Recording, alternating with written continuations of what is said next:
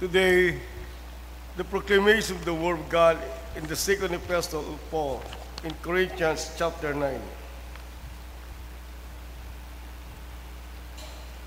But this I say, he who sows sparingly will also reap sparingly, and he who sows bountifully will also reap bountifully. So let each one give as his purposes in his heart, not grudgingly or necessity, for God loves a cheerful giver. And God is able to make all grace abound toward you, and you always having all sufficiency in all this we have in abundance for every good work.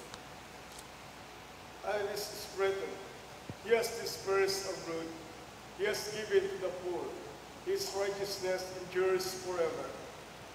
Now may who supplies seed to the sower and bread for food, supply and multiply the seed, will sow the increase, fruits of your righteousness. When you are enriched in everything for all liberality, this causes thanksgiving to us to God. The word of the Lord. Thanks be to God. Please stand for our responsorial psalm in Psalm 112. Our response is, blessed is the man who fears the Lord. Altogether, Blessed is the man who fears the Lord. blessed is the man who fears the Lord, who delights greatly in his commandments. His descendants will be mighty on earth. The generation of the upright will be blessed. Response, Blessed is the man who fears the Lord. wealth and riches will be in his house, and his righteousness endures forever. Unto the upright there arises light in the darkness. He is gracious and full of compassion and righteous. Response, Blessed is the man who fears the Lord. he has given to the poor. His righteousness endures forever. His horn will be exalted with honor. Response, Blessed is the man who fears the Lord. glory be to the Father, and to the Son, and to the Holy Spirit. As it was in the beginning, is now, and ever shall be, world without end. Amen.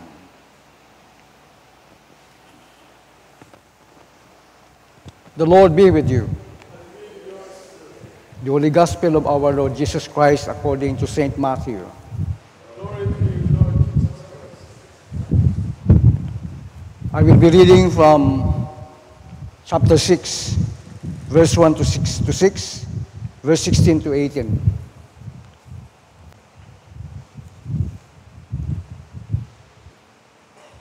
Take heed that you do not do your charitable deeds before men to be seen by them.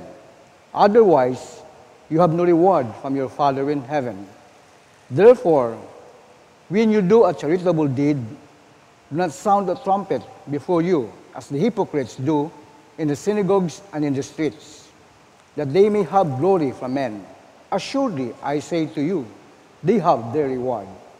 But when you do a charitable deed, do not let your left hand know what your right hand is doing, that your charitable deed may be in secret, and your Father who sits in secret will himself reward you openly.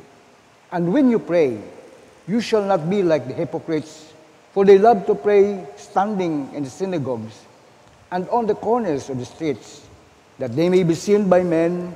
Assuredly, I say to you, they have their reward. But you, when you pray, go into your room, and when you have shut your door, pray to your Father who is in the secret place, and your Father who sits in secret will reward you openly.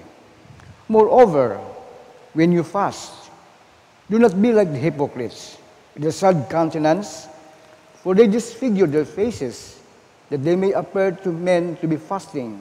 Assuredly, I say to you, they have their reward. But you, when you fast, anoint your head and wash your face, so that you do not appear to men to be fasting, but to your Father who is in the secret place, and your Father who sits in secret will reward you openly. The Gospel of the Lord. Praise be, Lord Jesus Christ. You may be seated. Last night, I set my alarm through my cell phone, but it did not alarm early, as I have said it. Galing ay, ang bangani kong mga magugang, kung kakagugang ko ng tawo ay medyo automatic ko ta. Ano yung matuod doon? Who says that we're young? Everybody's going old. O masadya, ay agahon pat ang kabaton net, reward. Ay pag alin ko sa bathroom, pag-uwa ko ay, subang ko ng asawa ay, oh, your skin is glowing. Gaglow ko na ako niya, skin, I do not know kung anong sabon na akong ginamit. Hey, what about my hair? Hey, it's black. Oh, yeah. So, gahon ba't ang kabaton it reward? You see, when you pray to God, paskato nga lang nga, Ebanghelyo makarong agahon. It talks about giving, praying, and fasting. Kung madandaan akon, daya nga lang nga, Ebanghelyo, ay ato nga batian ra ko as Wednesday. Dahil topic, the giving, the praying, and the fasting. So kung ato madumduman, rahambal sa atong Ebanghelyo ay, when you do it kuno in secret, our Father who is in the secret will reward you openly. Ay matuod. This refers to our personal response to what God is doing into our lives. Kasi haliraya nga lang atong ibasa makarong Ebanghelyo. Ibasa na akon sa chapter 6, Matthew. Bagay, verse 1 to 6, jump him out to 16 to 18, which emphasizes to us that these passages of scriptures that we have just heard, this teaches us for an attitude of a generous giver. Batasan ba nga naila at ang magtao? This commends us that a generous giver does not withhold what the heart decides to give. Katuhay, bukon pa kita mamba naton nga, bukon pa klaro katon what is giving, what is tithing, what is offering. Ay, out of the heart, gatao mata kita. O galing nga niya, strengthen da, ag na-enlighten kita't mayad, nga truly, ay kung gatao kita, ay what your heart decides. Dibawa, may one time sa Manila kami, I was crossing LRT na the other side of the train. Kita na ako nga, ako nabingon sa ringong dagan ay, abot ako nga pakalimos. Out of the attitude of my heart, nakita ko nga, agwat at kung ano-ano, ay 20 years ago or 30 years ago, your 20 pesos is big enough. Abo patakal mabakal. Hay, kuot ako sang kahita, ag tinawan ko 20 pesos na itong unga. But don't you know, what it mean it? Pagtao ko, ag nagmakato ako, ag lumingat ako, the boy was not there anymore. Ay, sino tama ako na itong unga nga itong Wa man ito mo mag-adto. Ikato man ito mo mag-adto. Basta pagtaon na akon, siyempre matindog agad. Ag mamuron kay, ito kating gadto. Lingot ako ay, the boy was not there. I don't know. One time, basa ako Ebanghelyo, scriptures, nakabutang ay, sometimes man ay, when you do it for the angels. Kibot ako. Might be the boy who caught my attention ay an angel nga hambang natin nga ginatest na siguro ako what would be the response of my heart. But don't you know, atong event nga tabo kakon, it gave me favors. Because that time, I was facing my 20-year case. At that moment, na nagkaagi ako, nag-cross ako sa overpass, paadto ako sa Piakan train, I was going to Makati City, where the office, ginabuan ko ako mga ebidensya nga lato katala akong pwesto sa bangko, ay that time, mabot ako sa opisina nga to, after 3 hours, I was favored. I was given a 3-year back resolution kung ano akong pwesto, and akong paychecks nga 10 pieces nga nag-a-appear ang ngalan, kung ano ako sa opisina, ay habuot na akon. What a favor! Siguro makon ay sa pag-test ko itong unga, I don't know kung he was a real human being or an angel, basta out of the heart, I give my 20 pesos.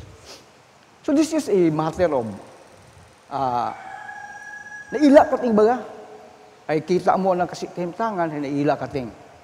This attitude of generous giver, in all situations, ikaw o ako man, give ourselves to pray. We give ourselves in prayer. Haman, hinaila ta kita nga magpangamuyo. Pas makaron, Kumanday atong topic, it's about the body of Christ. If we want changes in the body of Christ, we come to God and pray. Kahapon ano atong topic is about the nation of the Philippines. There are many issues in our country. And if one changes that will occur or happen, we come to God in prayer. Makaron atong topic is about family, and we are here. I'm inviting the people who are seeing our media platform, that they come with us and pray to God for the family. Hinaga atong topic, it's about the Charismatic Episcopal Church. If we want changes, mabang na itong mag-grow ng mga tao sa pagkilaga sa Ginoo, we come in prayer to God. Sa Biyernes, atong topic, it's about society. If we want to have changes, makita natin ng pagbaguit mga tao, we come to God in prayer. Sabado, what is our topic? Our topic of prayer during Saturday is about the worship of the morrow, of the Sunday, because it is the Lord's Day. So if we want something to have changes in our lives, we come to God in prayer. Sa bilog pagid, a generous giver always motivates you and me to do good. A generous giver always motivates you and me to do good. Amen? Doon yung sikreto eh. Sa ibang tao, this might be a, virgin, bugat yung tao, or waste of time, or waste of money, or waste of something like, ginakat mo imong time just to do these things. But no, to God, it is important. Sa mga tao, sa mga sitwasyon, o mga events nga atong ginahayalan it pangamuyo sa Ginoo, this has something to do to it. May epekto kita. And already, amo ko nga ni ay, dahil nga lang itong Ebanghelyo, it's about the gospel of our Lord Jesus Christ according to St. Matthew. And already, our Lord Jesus Christ has made a public and open revelation of Himself. Abang na kaina, when you do it, may atong reward. In the realm of the Spirit, hindi natin makita, lugadaga karon is itself the Holy Spirit. Imo katon ga-remind. Pero atong Ginoong Hesus, as Siya openly and publicly revealed Himself to us, kung sino imaw, dagagot ng premyo para katon. Agod, sa atong pag-ubra kara, makitaan ra ang mga reward sa atong kabuhi, and it's up to us to receive. It's up to us to receive. Now, in our times, what honor can we offer to Him who went into crucifixion for our sake? Para kakon, day after day, I will give an honorable prefix. Prefix, hauna, sa anangayan. And I will address in all reverence, call Him my Lord Jesus Christ. Haman, kung sa atong tiyempo, hindi naton daig balita, hindi naton daig sugid, hindi naton da pagituro, do mga tao ay will remain as it is. Kung di kita maanad nga tawgon si Ginoong Hesus, our Lord Jesus, ay, mamando ka pamati katon, kapinggid do mga unga. I will ask you, can you call Him your Lord Jesus? Amen. Amen. Kato, kung bukong pata natin ni Lord, ay si Jesus yung taimaw. Hagin baton taimaw nga Diyos at mangunguwas at mong kabuhi. So, what we will address Him? Hamba kung ani, can you very typical example is that a person, nga bukong pa imot abogado, ay si Juan. But when he became a lawyer, you call him attorney. Certain people, certain person, bukong pa imot engineer, you call him by his name. Pero kung nag-engineer imaw, nakapasaron imaw, you call him engineer. Engineer Alexis. Natong tawo, nga bukong pa doktor, you call him by his name. But when he became a doctor, he called him Doctor so and so. It's the same thing with our Lord Jesus Christ. When He is not your Lord, you call Him Jesus.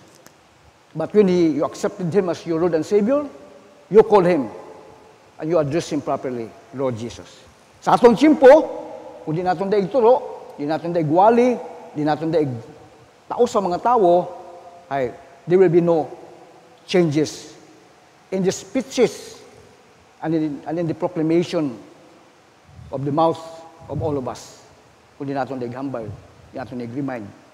Ngani pa, plato nga Ebanghelyo makaroon agahon ay 3 things we do. We give, we pray, we fast. Please stand.